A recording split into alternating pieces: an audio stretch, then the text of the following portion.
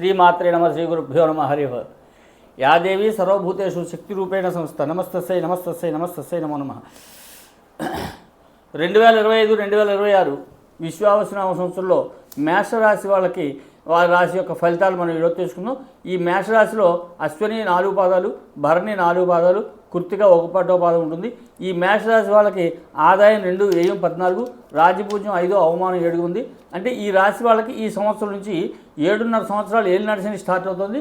ఈ ఏలినాటి శని మొదటి భాగం కాబట్టి మొదటి భాగంలో చంద్రుడు వ్యయంలో ఉండగా మొదలవుతుంది. కాబట్టి ఈ మొదటి 2.5 సంవత్సరాలు కూడా ఏలినాటి శని యొక్క దుష్ప్రభావం ఎక్కువ ఉంటుంది. కాబట్టి దాన్ని శాంతిలో చేసుకుంటూ పరిష్కారం చేసుకోవచ్చు. అట్లాగే ఆరోగ్యం పట్ల కూడా శ్రద్ధ వహించాలి.